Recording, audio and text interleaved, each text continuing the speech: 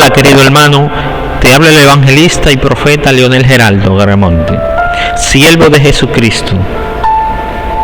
Quiero esta noche darte esta palabra de parte del Señor.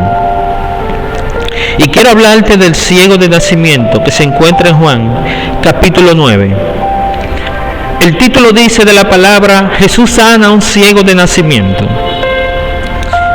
Y dice lo siguiente, la palabra dice: y al pasar Jesús vio a un hombre ciego de nacimiento. Y sus discípulos le preguntaron: Rabí, ¿quién pecó, este o su padre, para que haya nacido ciego? Respondió Jesús: no es que pecó este, ni sus padres, sino para que la obra de Dios se manifieste en él. Dice Jesús lo siguiente, verso 4: me es necesario hacer las obras del que me envió. Entre tanto que el día dura, la noche viene, cuando nadie puede trabajar. Entre tanto estoy en el mundo, luz soy del mundo, dice el Señor. Dicho esto, escupió en tierra e hizo lodo con saliva y untó con lodo los ojos del ciego y le dijo: ve, lávate en el estanque de Siloé, que traducido es enviado. Fue entonces, dice la palabra, y se levantó y regresó viendo. Santo eres, Señor.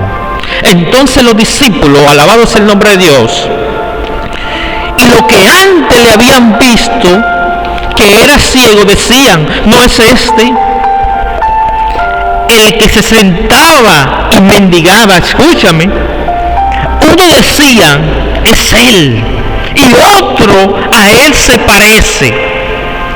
Él decía: soy yo. Verso 10, lo siguiente: y le dijeron: ¿cómo te fueron abiertos tus ojos?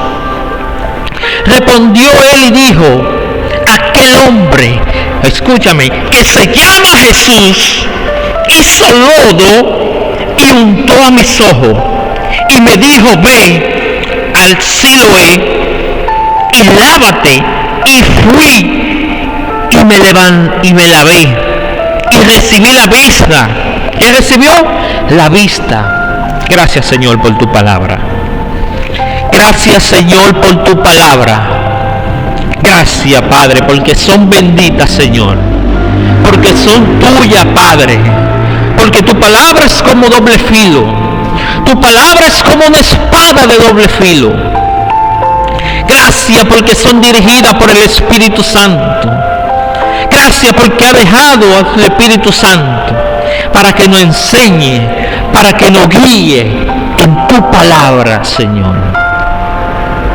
Dice la historia que los discípulos le preguntaron: Rabí, ¿que quién pecó, él o su padre, para que haya nacido ciego? Pero antes de llegar ahí, te quiero decir lo siguiente: él era ciego.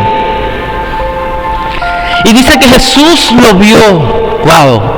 ¡Qué maravilla! Cuando Jesús va pasando y te ve, cuando Jesús va pasando y pone su mirada en ti, quiero decirte, en esta hermosa noche, quiero predicar bajo el tema: Jesús puso su mirada en ti. Jesús hoy va a poner su mirada en ti. No importa por lo que tú estés pasando. ¿Qué te ha aferrado? ¿Qué te molesta? ¿De qué estás sufriendo? ¿De qué padeces? Vives clamando y no ves respuesta. Hoy te tengo tu respuesta. Jesús va a poner su mirada en ti. Querido oyente, Jesús Santo va a poner su mirada en ti. Aquella mirada de amor, aquella mirada de compasión que solo la puede tener el Cristo de la gloria, el grande, el poderoso. Nadie como Él. El único que está sentado a la diestra del Padre, el único que es digno de abrir los 7 sellos. Dice la palabra en Apocalipsis que no se encontró nadie digno ni en el cielo ni en la tierra, ni debajo de la tierra, más que el Cordero Santo, el Cordero inmolado, el que murió en la cruz del Calvario por ti, por mí. Santo eres, Señor. Significado de la palabra. La mirada de Cristo es una mirada de amor, es una mirada de compasión, es una mirada de misericordia, es una mirada sanadora, es una mirada de perdón.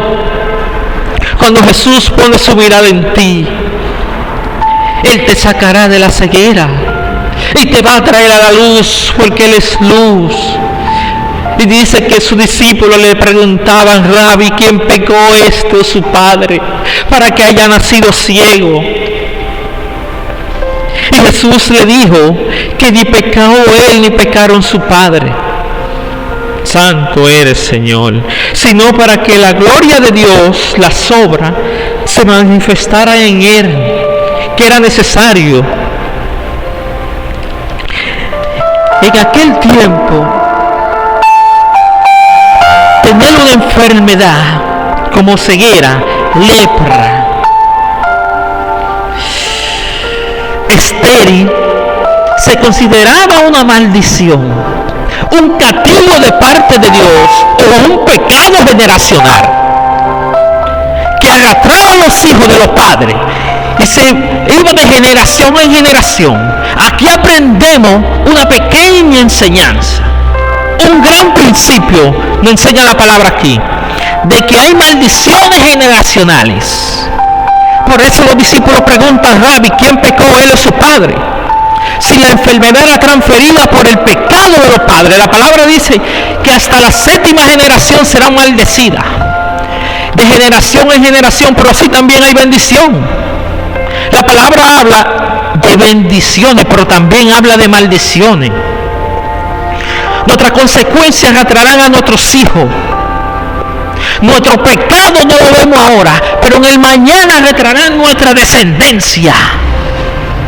Que nuestra descendencia tratemos que sea como la de Moisés, como la de Abraham, que el Señor le prometió. Una descendencia grande, una descendencia bendecida. Hasta el sol de hoy Israel se mantiene en pie, aun siendo la nación más pequeña. Alabado sea el nombre de Dios. Santo eres, Señor. Y dice la palabra que sus discípulos le preguntan y Jesús le responde, pero que era necesario para que se manifestara en él la obra de Dios, para que se manifestara en él el poder de Dios. Santo Dios. Muchos dicen, en una ocasión, quiero decirte, había un joven cristiano que tuvo un pequeño debate con él. Él decía que el cristiano no se puede enfermar. Él decía que el cristiano que se enferma o un hijo es porque está en pecado, es porque ese cristiano está caminando mal. No, hay enfermedades que son necesarias para que tú pongas tu mirada en Cristo, para que tú te acuerdes del Redentor que un día te salvó, para que tú vuelvas a rendir, para que tú vuelvas a caminar en los pies del Cordero. Alabado sea su nombre. Santo eres, Señor. Él dice que no, que Jesús vino a hacer las obras de su Padre.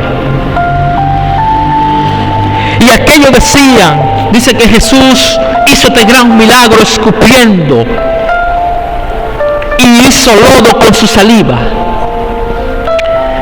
y con esto sanó al ciego. Pero aquí hay un pequeño detalle, que él dice que lo envió, él obedeció, él no dudó que si era lodo, que si era saliva.